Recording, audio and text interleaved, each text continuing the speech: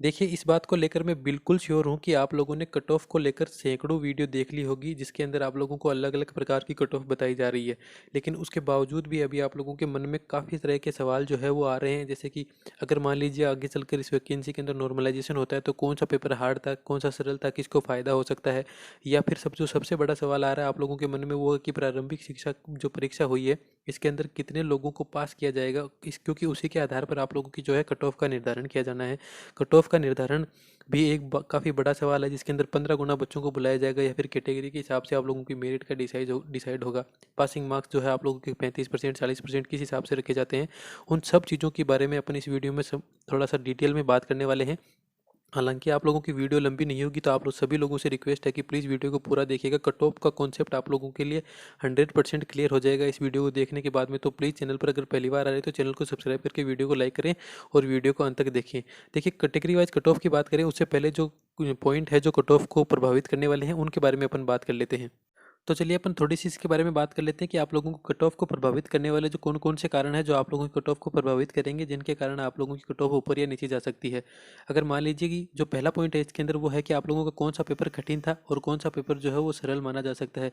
मान लीजिए कि अगर आने वाले दिनों में अगर नॉर्मलाइज़ेशन करने की नौबत पड़ती है, जैसा कि हर वैकेंसी में देखने को मिल रहा है कि लास्ट में अनाउंसमेंट किया जाता है कि आप लोगों की भर्ती में नॉर्मलाइज़ेशन को ऐड कर दिया गया है, तो वहाँ ये पॉइंट जो है वो काफ़ी महत्वपूर्ण हो जाएगा। ये देखना कि आप लोगों के कौन-सा पेपर सरल था और कौन-सा हार्ड, इसके बारे में थोड़ी-सी बात करेंगे। प्री एग्ज़ाम में आप लोगों को कितने बंदे पास होंगे, ये सबसे ज़्यादा बड़ा सवाल अभी है, क्योंकि विभाग के द्वारा कोई भी जानकारी नहीं दी गई है। तो कितने बच्चे जो है वो प्री के अंदर पास किए जाएंगे, जो मेंस के अंदर बैठने वाले हैं, उसके बारे में अपन इस वीडियो में बात करेंगे। साथ ही साथ आप लोगों की जो कट ऑफ है उसका किस आधार पर आप लोगों की कट ऑफ का निर्धारण किया जाएगा, और अंतिम रूप से आप लोगों का सेफ स्कोर देखेंगे, जिसके अगर आप लोगों का इतना स्कोर बन रहा है तो आप लोग जो है अपनी मेंस की तैयारी कर सकते हैं। तो चलिए अपन देख लेते हैं। जो अपना पहला क्वेश्चन है इसको लेकर, वो है कि कौन सा पेपर कठिन था और आप लोगों को कौन सा पेपर सरल था, इसके बारे में बात करें।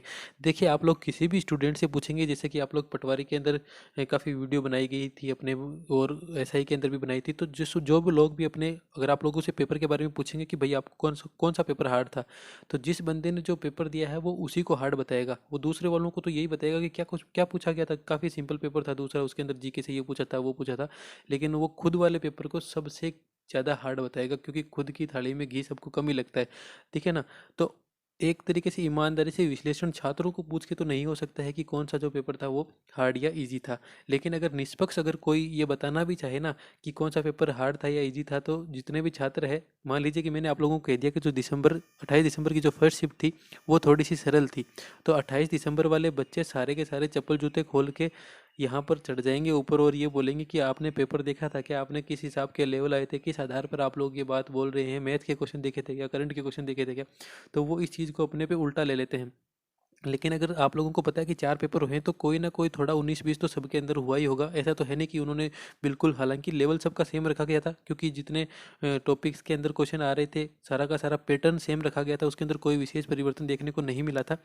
लेकिन थोड़ा-सा ऊपर-नीचे हो ही जाता है कठिन और सरल की बात करें तो। चलिए अपन देख लेते हैं कि कौन-सा पेपर सरल था और कौन से हार्ड थे इसके अंदर।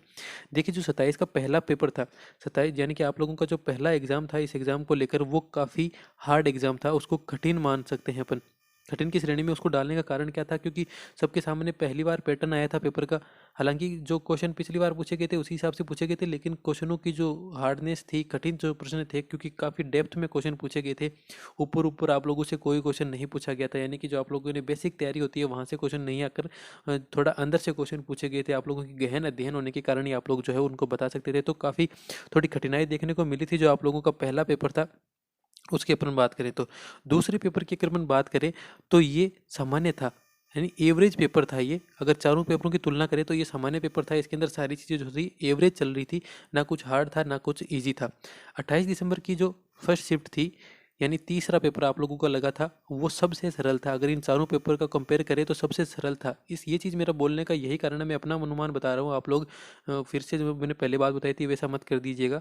सरल मानने का कारण ये है कि जीके के जो क्वेश्चन काफ़ी क्वेश्चन पूछे गए थे इसके अंदर, वो बेसिक क्वेश्चन पूछे गए थे, करंट इतना हार्ड नहीं पूछा गया था। रीजनिंग का लेवल भी काफ़ी ठीक ठाक था, कोई कठिन रीजनिंग आप लोगों से नहीं पूछी गई थी। मेन जो जीके पूछा गया था आप लोगों से ऊपर ऊपर से पूछा गया था, जिसके कारण जो 5-10 नंबर का अंतर है वो इसके अंदर देखने को मिल सकता है। 28 तारीख वाला जो फर्स्ट शिफ्ट का पेपर था वो थोड़ा सरल कैटेगरी के अंदर रखा जा सकता है, और जो कठिन था ये 28 दिसंबर को सेकेंड शिफ्ट, यानी लास्ट जो आप लोगों का फोर्थ पेपर था वो कठिन पेपर की श्रेणी के अंदर माना जाता है। यानी जो पहला पेपर था उसको टक्कर देने वाला पेपर आप लोगों का जो था वो 28 दिसंबर की सेकंड शिफ्ट वाला पेपर था। इसके अंदर मैथ के क्वेश्चन भी आप लोगों से काफ़ी अच्छे लेवल के पूछे गए थे।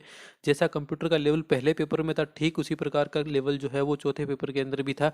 उसके साथ साथ में आप लोगों से अगर अपन हिंदी की बात करें, हिंदी और इंग्लिश तो एवरेज टाइप की आई थी, लेकिन जीके के जो क्वेश्चन थे वो काफ़ी अच्छे लेवल के क्वेश्चन पूछे गए थे 28 तारीख के सेकंड शिफ्ट के अंदर। तो इस प्रकार से जो आप लोगों का सिनेरियो रहने वाला है, 27 का पहला उसको कठिन मान सकते हैं, दूसरा सामान्य, तीसरा जो पेपर हुआ था वो थोड़ा सरल मान सकते हैं, और जो चौथा लास्ट अंतिम पेपर था उसको कठिन श्रेणी के अंदर माना जा सकता है। आगे देख लेते हैं अपन जो सबसे महत्वपूर्ण बात है कि आप लोगों की प्री एग्जाम के अंदर कितने लोगों को पास किया जाएगा। देखिए आंकड़े की अगर अपन बात करें निश्चित, तो 60,000 से 70,000 का अभी तक अनुमान है ना, 60,000 से 70,000 बच्चों का अनुमान है कि इतने बच्चों को तो पास किया ही किया जाएगा।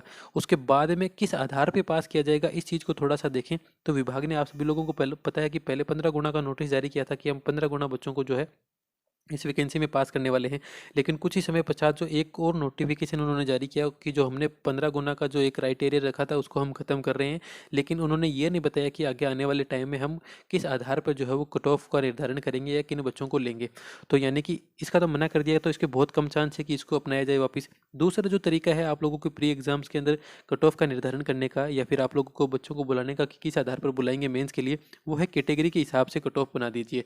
यानी कि जिस प्रकार से आप लोगों के रीट के अंदर देखा जाता है कि कैटेगरी के हिसाब से, जैसे ओबीसी के लिए आप लोगों ने अलग बना दी, जनरल के लिए आप लोगों ने अलग बना दी, एससी एसटी के लिए आप लोगों ने अलग बना दी। जैसे ओबीसी में आप लोगों ने कह दिया कि जिसके 55% नंबर बन रहे हैं वही जो है वो मेंस के लिए एलिजिबल होगा, तो अपने आप से कट ऑफ बन जाएगी। वो अपने हिसाब से, बच्चों के हिसाब से ही जो है इसके अंदर इस प्रकार की कट ऑफ का निर्धारण किया जाता है। एक और तरीका है आप लोगों के सामने कि पासिंग मार्क्स, जैसा कि पहले बातें चल रही थी कि जिसके भी 40% पासिंग मार्क्स होंगे उसको जो है वो मेंस के अंदर बैठा लिया जाएगा, चाहे वो किसी भी कैटेगरी का हो। अलग अलग कैटेगरी के अंदर थोड़ी बहुत छूट मिल सकती है, लेकिन जो 40% क्राइटेरिया है उस प्रकार से निर्धारण कर दिया जाता है। हालांकि ये तब काम आता है जब आप लोगों की नेगेटिव मार्किंग होती। अगर नेगेटिव मार्किंग होती तो ये मान के चलिए कि आप लोग इस आंकड़े तक पहुंच भी नहीं पाते और बहुत कम लोग जो है वो इसके अंदर शामिल हो पाते। अभी भी अगर पहले पॉइंट की बात करें तो सरकार अब किस प्रकार से करेगी, तो 20 गुना या 25 गुना या 15 गुना वापस बुला सकती है, इसकी भी संभावनाएं बन रही है।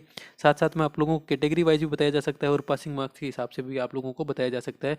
तो ये कुछ पॉइंट थे जिसके आधार पर आप लोगों की जो कट ऑफ का वो निर्धारण किया जा सकता है। अब आप लोगों की जो अंतिम रूप से सेफ स्कोर है, जहाँ से आप लोग मेंस की तैयारी कर सकते हैं, अपन कैटेगरी वाइज उसको देख लेते हैं थोड़ा कि कौन सी कैटेगरी के अंदर कितना सेफ स्कोर है। तो चलिए फाइनली आप लोगों की कट ऑफ के बारे में बात कर लेते हैं। अपन कैटेगरी वाइज बात करने वाले हैं, अलग अलग कैटेगरी के हिसाब से आप लोगों को उतना सेफ स्कोर जो एक्सपेक्टेड कट ऑफ है जो आप लोगों के मेंस के लिए आप लोगों के फ़ायदेमंद हो सकती है। अगर इतने नंबर आप लोगों के बन रहे हैं अलग अलग कैटेगरी में जिस हिसाब से अपन बताने वाले हैं, तो आप लोग निश्चित तौर पर अपनी जो है वो मेंस की तैयारी शुरू कर दें। कट ऑफ को बताने से पहले मैं एक चीज़ आप लोगों को बता दूं कि जिस भी किसी बंदे के अगर 50 से प्लस स्कोर बन रहा है, चाहे वो किसी भी कैटेगरी का हो, तो वो अपनी मेंस की निश्चित तौर पर तैयारी करना शुरू कर दे। उसका निश्चित तौर पर नंबर आने की पूरी संभावनाएं हैं। कट ऑफ के बारे में अपन बात कर लेते हैं। जनरल कैटेगरी और ओबीसी कैटेगरी, जैसे कि आप लोगों को पता है, कोई भी एग्जाम उठा के देख लीजिए, जनरल है, ओबीसी है, ईडब्ल्यूएस है, ये सारी की सारी जो है इनकी एक ही मेरिट रहने लगी है, समान मेरिट रहने लग गई है, कोई भी अंतर नहीं आता है, पॉइंट का भी अंतर नहीं आता है। तो इस प्रकार अपन ओबीसी और जनरल की भी इस बार सेम ही मान रहे हैं कि जो कट ऑफ रहने वाली है वो ओबीसी और जनरल की एक जैसी कट ऑफ रहने वाली है। तो ओबीसी और जनरल की जो मेल कैंडिडेट के लिए कट ऑफ रहने वाली है वो 52 से 55। अगर 52 से 55 के बीच में आप लोगों के नंबर बन रहे हैं ओबीसी और जनरल से, तो आप लोग अपने आप को सेफ मान सके चल सकते हैं। बात कर लेते हैं अपन ईडब्ल्यूएस की या एमबीसी की। तो इनके ईडब्ल्यूएस और एमबीसी के 50 से 53 नंबर के बीच में अगर आप लोगों के नंबर बन रहे हैं, हालांकि इनकी भी जो है कट ऑफ वो बराबर ही रहती है, जनरल ओबीसी और ईडब्ल्यूएस एमबीसी की बराबर ही रहती है, लेकिन इसके अंदर थोड़ा प्री और मेंस वाला लफड़ा है। तो हो सकता है कि आप लोगों को थोड़ा सा बेनिफिट देखने को मिल जाए। यहाँ पर 51 से 53 हो सकता है, लेकिन 50 से 53 आप मान के चलिए कि यहाँ अगर आप लोगों के नंबर बन रहे हैं ईडब्ल्यूएस और एमबीसी मेल कैंडिडेट के, तो आप लोग अच्छे से सेफ है इसके अंदर 50 से 53 नंबर के बीच में। एससी की बात कर लेते हैं। एससी के अंदर 48 से 50 के अगर बीच में आप लोगों के नंबर बन रहे हैं, तो निश्चित तौर पर आप लोग बहुत अच्छे से सेफ है और अपनी मेंस की तैयारी के अंदर आज से ही जुट जाइए। बात कर लेते हैं एसटी की। तो 46 से 48 के बीच में आप लोगों का जो एसटी का स्कोर है वो बहुत अच्छा सेफ माना जा रहा है। 45 प्लस अगर आप लोगों के एसटी कैटेगरी के अंदर नंबर बन रहे हैं, तो आप लोग अपनी मेंस की तैयारी को बहुत अच्छे से कर सकते हैं। तो ये मेल कैंडिडेट की जो कट ऑफ थी वो आप लोगों के सामने है। अब बात कर लेते हैं फीमेल कैंडिडेट के बारे में कि उनकी जो है वो कट ऑफ कहाँ तक रह सकती है। तो जो भी फीमेल कैंडिडेट है जनरल और ओबीसी की, उनका जो सेफ स्कोर रहने वाला है वो 50 से 53 नंबर के बीच में अगर आप लोगों के नंबर बन रहे हैं तो आप लोग अपनी मेंस की तैयारी शुरू कर दीजिए। जनरल और ओबीसी की मैं बात कर रहा हूँ, उसी प्रकार से ईडब्ल्यू और एमबीसी की बात करें फीमेल कैंडिडेट के लिए तो 50 से 52 नंबर के बीच में अगर आप लोगों के नंबर बन रहे हैं तो आप लोग बहुत अच्छी सेफ है। देखिए इनके अंदर ज़्यादा अंतर नहीं रहने वाला है, क्योंकि बहुत सी ऐसी लड़कियाँ होंगी जिनके मिनिमम पासिंग मार्क्स वाला अगर फंडा कर दिया तो उसके अंदर वो पास ही नहीं हो पाएंगी। तो ये थोड़ी सी भी इसके अंदर से भी कट ऑफ जो है वो कम जा सकती है, जो मैं आप लोगों को नंबर बता रहा हूँ, लेकिन इससे ऊपर किसी भी हालत में नहीं जाने वाली है। अगर आप लोगों के नंबर यहाँ तक बन रहे हैं तो आप लोग बहुत ही अच्छे से सेफ हैं और अपनी मेंस की तैयारी में जी जान से जुड़ जाइए। आज ही आप लोग अपनी मेंस की तैयारी कर सकते हैं।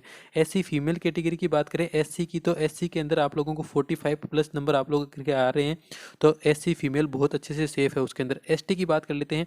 एसटी के अंदर 43 से प्लस अगर नंबर बन रहे हैं फीमेल कैंडिडेट के, तो 43 प्लस अगर आप लोग के जोड़ तोड़ के आ रहे हैं, जोड़ तोड़ तो कुछ करना ही नहीं है, अगर आप लोगों के 43 सही है तो आप मेंस की तैयारी के अंदर आज से ही जुड़ जाइएगा, क्योंकि आप लोगों के पास बहुत ही अच्छा मौका है इस बार पेपर को क्लियर करने का।